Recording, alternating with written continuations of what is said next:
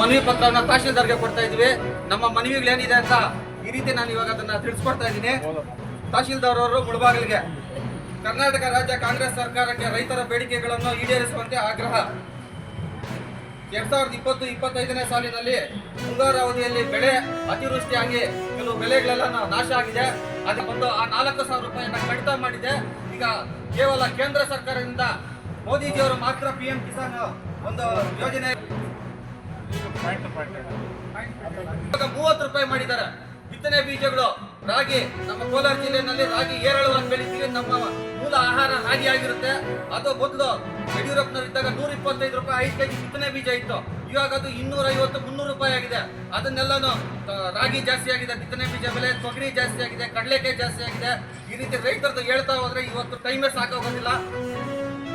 ಜೋಳ ಬೀದಿನಲ್ಲಿ ಹಾಕಿ ನಮ್ಮ ರೈತರು ಪ್ರತಿಭಟನೆ ಮಾಡ್ತಾ ಇದ್ದಾರೆ. 15-16 ರೂಪಾಯಿ ಒಂದು ಕೆಜಿ, ಒಂದು ಕ್ವಿಂಟಲ್ಗೆ 1,500 ರೂಪಾಯಿ. 1,500 ರೂಪಾಯಿ ಅಂದ್ರೆ ಒಂದು ಮೂಟೆ DAP ಇವತ್ತು 1,350 ಇದೆ.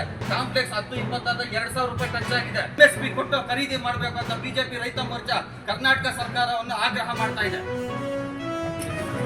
बोलो भारत माता की जय, बीजेपी रैत मोर्चा की जय, ರೈತ ವಿರೋಧಿ ಕಾಂಗ್ರೆಸ್ ಸರ್ಕಾರಕ್ಕೆ ಸೀಟಿಗಾಗಿ ಕಿತ್ತಾಡುತ್ತಿರುವ ಕಾಂಗ್ರೆಸ್ ಸರ್ಕಾರಕ್ಕೆ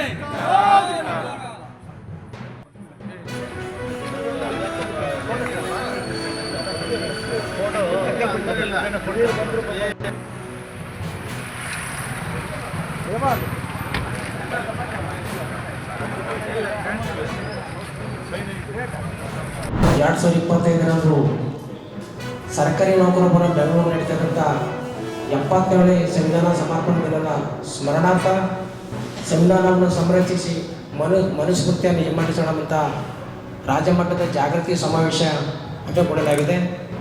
ಈ ಸಮಾವೇಶವನ್ನು ಕರ್ನಾಟಕ ವಿಕಲಚೇತನರ ಸಮಿತಿಯ ರಾಜ್ಯ ಸಂಚಾಲಕರಾದಂಥ ಯಣ್ಣೂರು ಶ್ರೀನಿವಾಸ ಅವರ ನೇತೃತ್ವ ನಡೀತದೆ.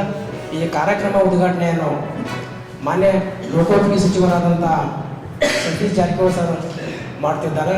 ಮುಖ್ಯ ಅತಿಥಿಗಳಾಗಿ ಸಮಾಜ ಕಲ್ಯಾಣ ಸಚಿವರಾದಂಥ ಡಾಕ್ಟರ್ HC ಮಾಧವ್ ಸಾಹೇಬರು ಭಾಗವಹಿಸಲಿದ್ದಾರೆ. ಅದೇ ರೀತಿಯಾಗಿ ಆಹಾರ ಮತ್ತು ನಾಗರಿಕ ಸೌಲಭ್ಯ ಸಚಿವರಾದಂಥ KH ಮುನಿಯಪ್ಪ ಸರ್ ಭಾಗವಹಿಸ್ತಾರೆ. ಮತ್ತು ಅತಿಥಿಗಳಾಗಿ ವಿಧಾನ ಪರಿಷತ್ತಿನ ಸದಸ್ಯರಾದಂಥ SP ಸುಗಮದಾಸ್ ಸರ್ ಅವರು, ರಮೇಶ್ ಬಾಬು ಅವರು ಭಾಗವಹಿಸಲಿದ್ದಾರೆ.